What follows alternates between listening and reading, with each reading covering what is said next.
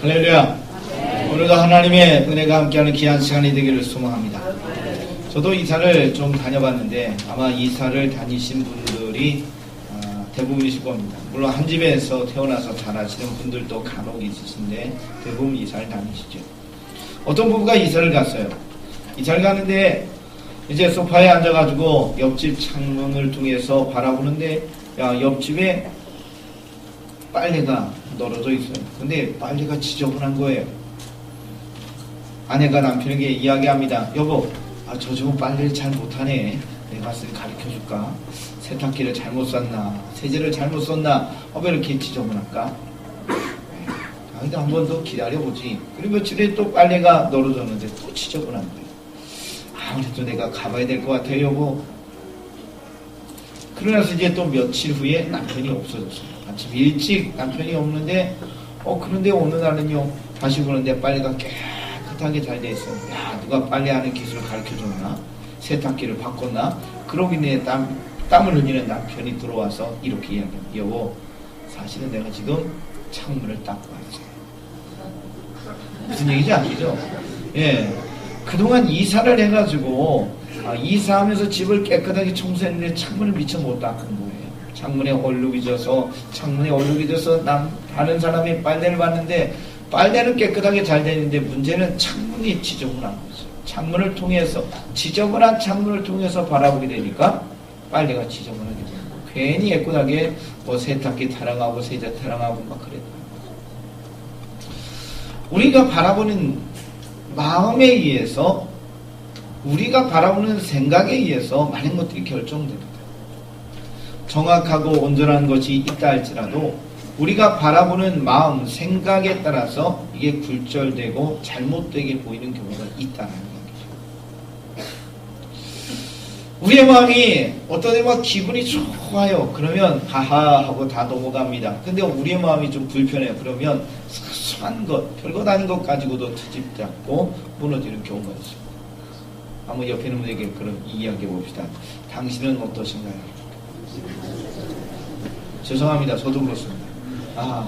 제 마음이 굉장히 기분이 좋을 때는 그냥 그런 그치 그렇게 하고 우리 넘어가는데, 제 마음이 조금 불편한 경우에는 저도 굉장히 예민하다. 가끔 아이를 잡거든요. 그런 것들이 보여지게 됩니다. 성도 여러분, 우리가 이 땅의 삶을 살아가면서 우리의 마음을 통하여, 우리의 마음의 생각을 통하여, 아니면 감정을 통하여 반응하고 나타나게 됩니다.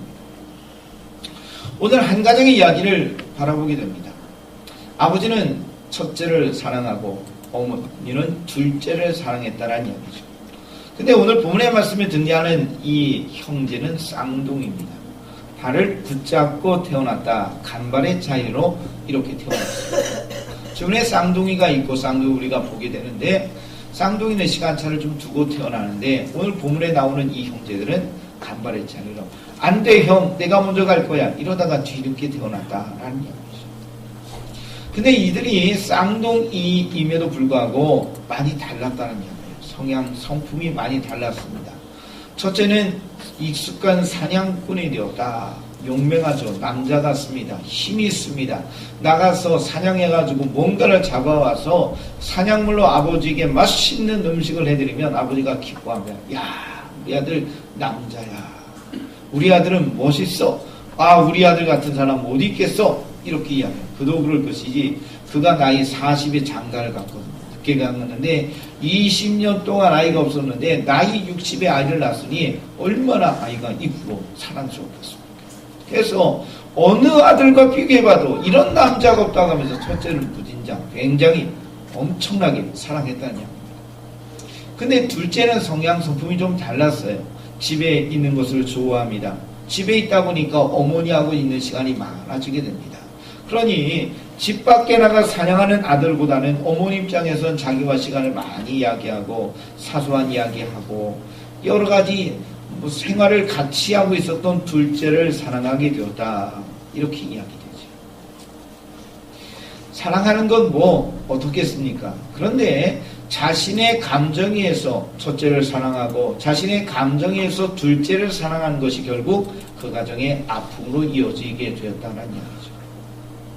아버지의 이름은 이삭이고 어머니 이름은 리브가입니다. 첫째 아들의 이름은 에서이고 둘째 아들의 이름은 야곱입니다.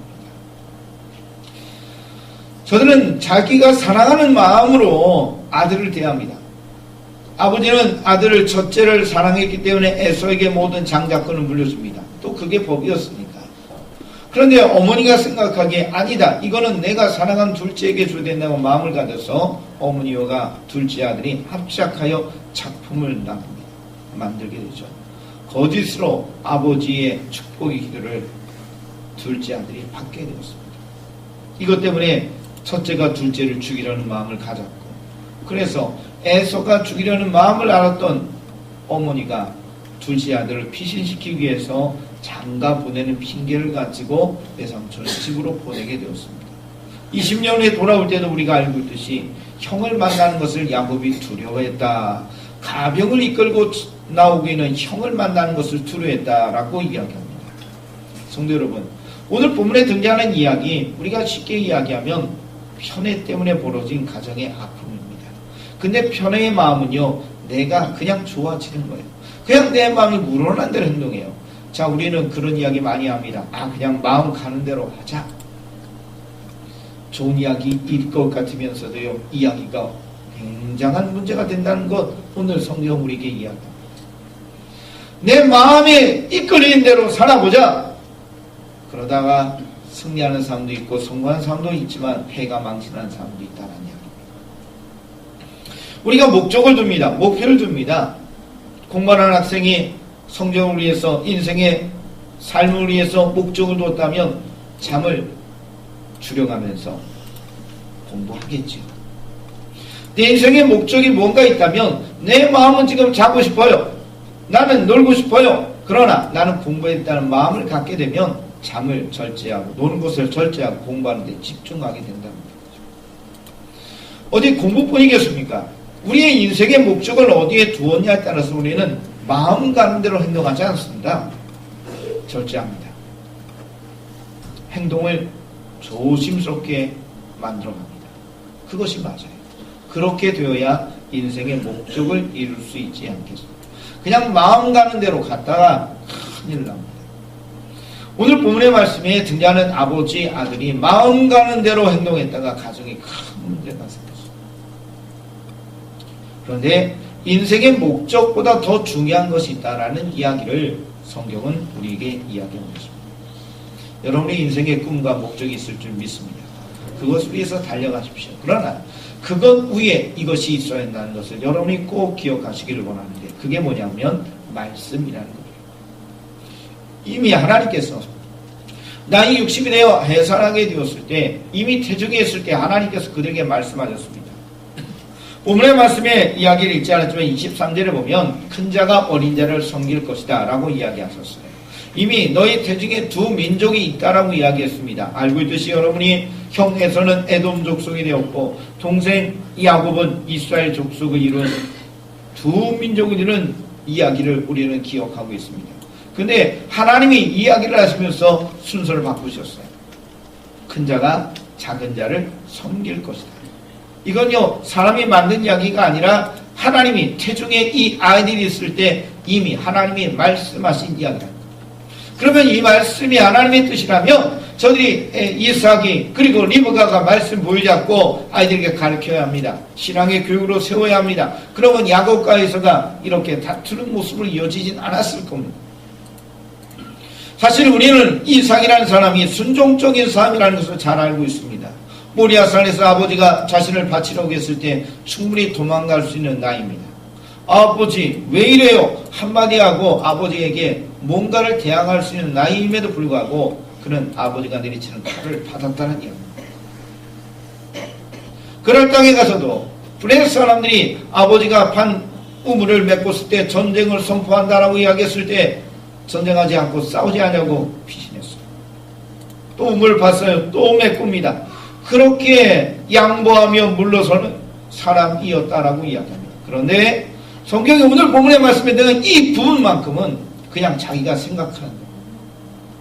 아버지가 자기를 칼로 죽이려고 했을 때, 그날 블레셋 사람들이 우물을 메꿨을 때 하나님이 나를 향한 하나님의 약속의 말씀이 있는 걸 부여잡고 순종하고 양보하며 움직였던 이 일상이 오늘 본문의 말씀에는요, 아들만큼은 자신의 마음에 이끌린 대로 행동했다는 거예요.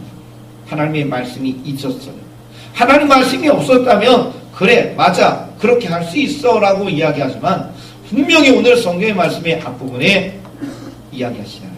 하나님께서 큰 자가 작은 자를 섬길 것이다. 순서를 정하셨다는 이야기예요. 첫째가 중요한 것이 아니라 둘째가 하나님의 약속의 아들이라는 것을 그가 부여잡고 그들을 향하여 신앙 교육하고 믿음으로 세워야 되었음에도 불구하고 아들만큼은 마음에 이끌린 대로 행동했다가 가정에 큰 아픔이 생겼어요. 성도 여러분, 인생의 목적을 두는 것 중요합니다. 꿈이 없는 사람은 인생에 큰 의미를 상실하게 됩니다. 꿈이 있어야 되죠. 그런데 그 꿈 위에 하나님의 섭리, 하나님의 말씀이 여러분에게 있어야 될 줄 믿습니다.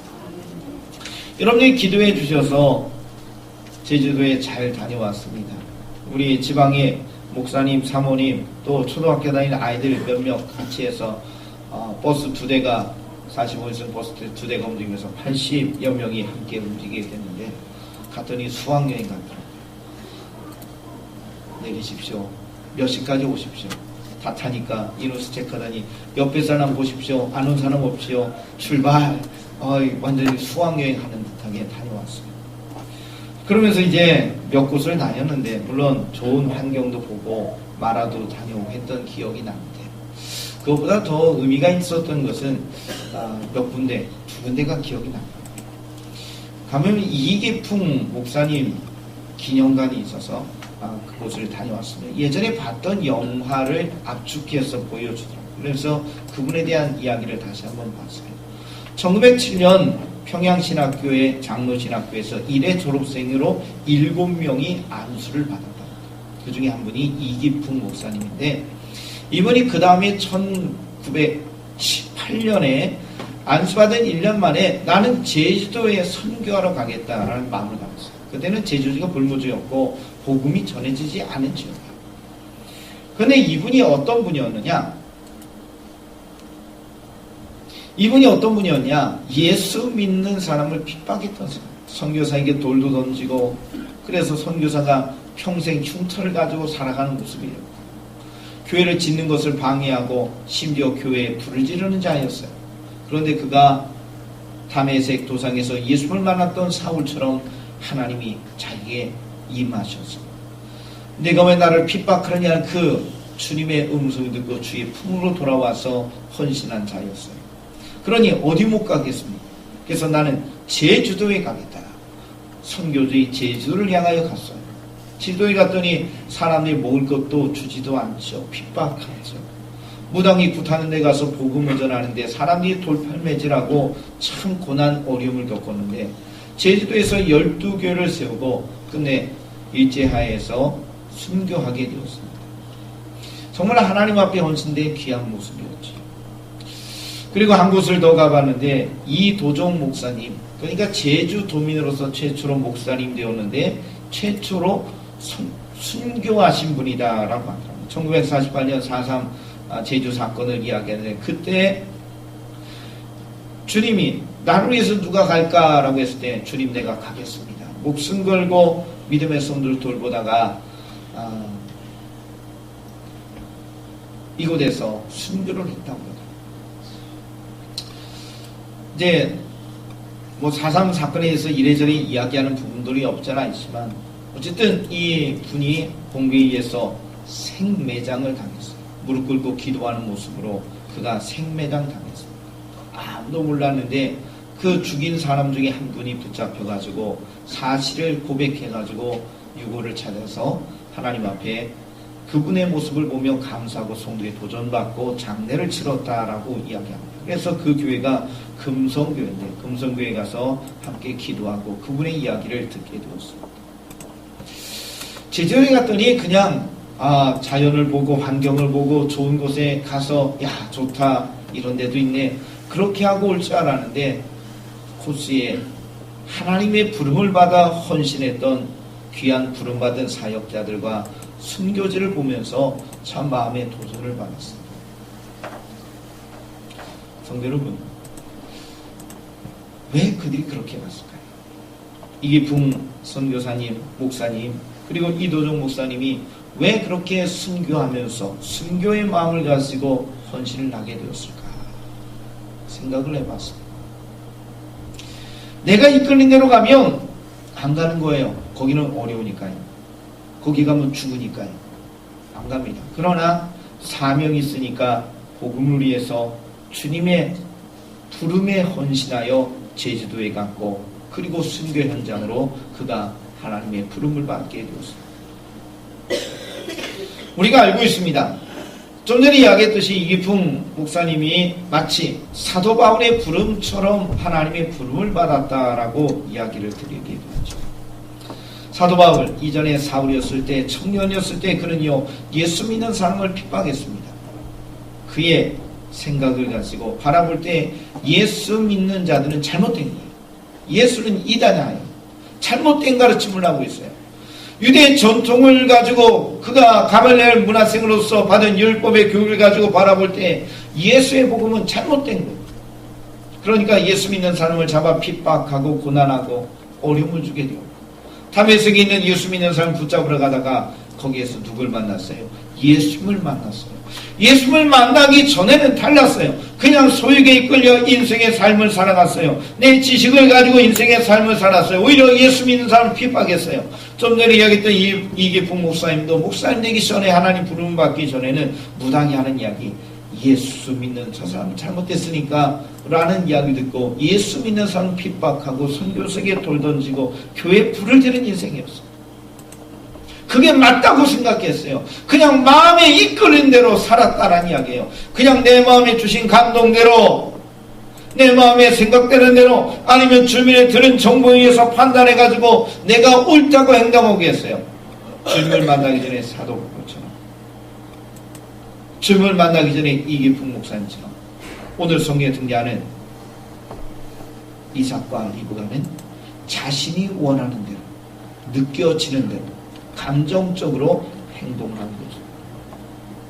근데 이것이 너무너무 위험하다는 이야기예요. 이것이 정확하게 내 인생 가운데 도움이 되는 게 아니란 이야기예요. 이것을 통하여 열매 맺는 복된 인생이 된다는 것이 아니란 이야기예요. 다시 말씀드립니다.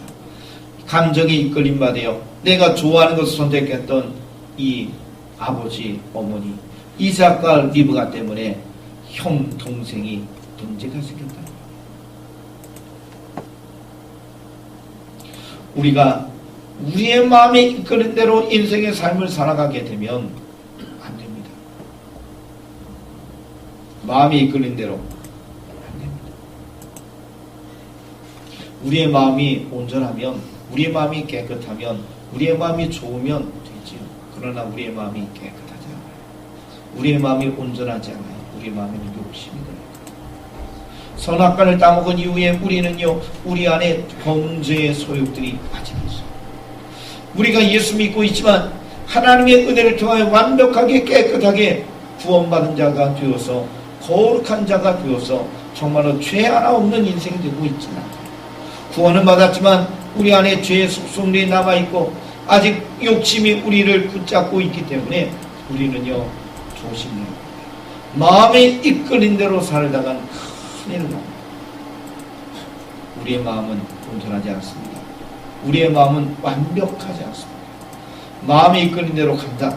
드라마의 한 장면 같죠. 야, 내 마음이 이끌린 대로 내가 여기 왔어. 우리가 신라시대의 김유신이 자기의 말을 칼로 쳐 죽였던 사건 기억하시죠? 말은요, 그냥 주인이 원하는 대로 갔어요. 근데 김유신은 그 말을 쳐 죽었어요. 자기의 인생이 이끌린 대로 갔다가는 문제가 된다는 것, 거기에서 나오잖아요. 성도 여러분, 여러분이 인생의 삶을 살아가면서 내가 마음이 이끌린 대로 가다가 잘했다라고 생각하는 경우도 있겠죠. 그러나 마음이 이끌린 대로 간다고 해서 100% 승리하고 좋은 인생 산다. 좀 전에 말씀드린 대로 드라마에서는 그런 얘기 하더라고요. 마음이 이끌린 대로. 아니에요. 마음이 이끌린 대로 살다 보면 죄의 인생이 됩니다. 욕심이 이끌려 그릇된 판단을 하게 됩니다. 오늘 본문에 등장하는 이삭과 리브가처럼 자신의 원하는 대로 자신의 생각대로 판단하여 문제를 일으키게 된다는 얘기죠. 우리에게는 말씀이 있어야 합니다. 하나님의 말씀이 있어야 합니다. 하나님이 우리를 부르신 사명이 우리를 지배해야 합니다. 하나님의 성령이 우리 안에 있어서 성령 충만한 은혜를 경험하며 이 땅을 살아가야 합니다. 내가 원하는 대로 안 돼요. 우리 젊은이들이 그런 이야기를 하죠. 청소년들을 우리는 그렇게 이야기하면 질풍노도의 시기. 내 인생은 내 것. 맞는 얘기예요? 틀린 얘기예요? 말은 참 멋있어요. 내 인생은 내 거예요. 그런데 우리 부모 입장에서 우리 아이들을 바라볼 때 내 인생은 내 거 맞아. 그러나 네가 판단하고 네가 행동하면 잘못된 길로 간다는 것 부모님은 잘 알고 계시잖아요. 그러니까 자녀들을 향하여 기도하며 배려하며 사랑하며 옳은 길로 인도하려는 마음을 갖고 있잖아요. 아이들이 그냥 내 인생은 내 거야. 그렇게 두는 부모는 좋은 부모가 아니에요. 세상이 그렇게 이야기한다 할지라도 여러분이 기도하며 말씀으로 자녀들을 잘 양육하고 인도하시는 주님의 사랑하시는 부모가 되시기를 간절히 했습니다. 이 자리에 자녀들도 계시는데 자녀들이 우리 어머니 아버지께서 잔소리한다고 생각하지 마시고 하나님의 마음을 가지고 우리를 사랑하며 보듬어주고 이끌어준다라는 마음을 가지고 부모님의 말씀에 순종하는 우리 자녀가 되시길 또한 간절히 했습니다. 그렇습니다. 우리는 이 땅을 살아가면서 소유에 이끌리며 우리의 마음에 이끌리며 사는 것 정확한 삶이 아닙니다. 하나님이 우리에게 원하시는 것은 하나님께서 원하시는 것은 하나님의 마음, 하나님의 생각, 하나님의 말씀으로 시작하며 말씀드린 이야기 다시 한번 기억해 봅시다. 밖에 있던 빨래가 문제가 아니라 우리 집에 창문에 문제가 있었어요. 내 마음이 깨끗하고 내 마음이 온전하고 내 마음이 100% 완벽하다면 문제가 될 게 전혀 없어요. 그런데 내 마음의 창이 지저분해요. 왜곡되어 있어요. 더러워요. 그걸 가지고 바라보면 어떻게 돼요?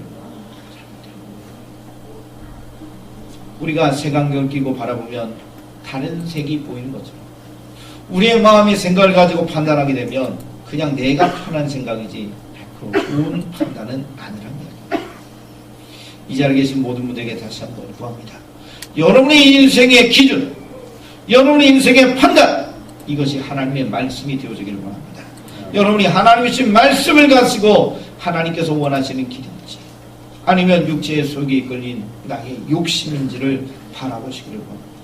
말씀으로 움직였다면 이 귀한 가정 복되게 되었을 거예요. 말씀으로 이끌어 하나님의 은혜 속에 거했다면 에서와 그리고 야곱의 다툼이 더 이상 이어지지 않고 은혜 가운데 세워졌을 거예요. 성도 여러분, 여러분의 인생의 삶이 하나님의 도우심의 은혜를 통하여 복되기를 원하는데 그 복된 은혜의 중심에는 말씀이 있어야 돼요. 내가 이끌린 대로 내 마음 가는 대로 가지 마십시오. 하나님의 말씀을 통하여 절제하고 하나님의 말씀을 통하여 분별할 수 있는 지혜가 있기를 원합니다. 그래서 하나님의 도우심을 통하여 정말로 하나님이 기뻐하시는 생명의 길을 걸어가는 하나님께서 주신 은혜를 통하여 사람을 살리는 복된 길을 걸어가는 우리 모든 성도들이 되시기를 간절히 축원합니다. 기도드리겠습니다. 하나님의 부르심의 은혜가 있어 감사를 드립니다. 주의 성령의 은혜와 은총으로 우리를 도우시니 감사를 드립니다. 마음이 이끌린 대로 이삭이 야곱을 에서를 사랑했고 리브가가 자신의 둘째 야곱을 사랑했던 모습을 기억합니다. 이를 통하여 그의 가정은 아픔이 생겼습니다. 마음이 이끌린 대로 하면 좋다라고 이야기하지만 그러나 그것은 죄의 길을 걸어갈 수도 있습니다. 주여 이 시간 머리 숙여 주의 은혜를 구합니다. 하나님의 성령이여 임하셔서 우리를 붙잡아 주시고 은혜 베풀어 주시사 하나님의 부름에 헌신하는 우리가 되길 원합니다. 우리의 마음이 이끌린 대로 사는 것이 아니라 하나님의 말씀이 기준되어 귀한 은혜 속으로 들어가는 모든 성도들 되게 하여 주시옵소서. 예수님의 이름으로 기도드리옵나이다. 아멘.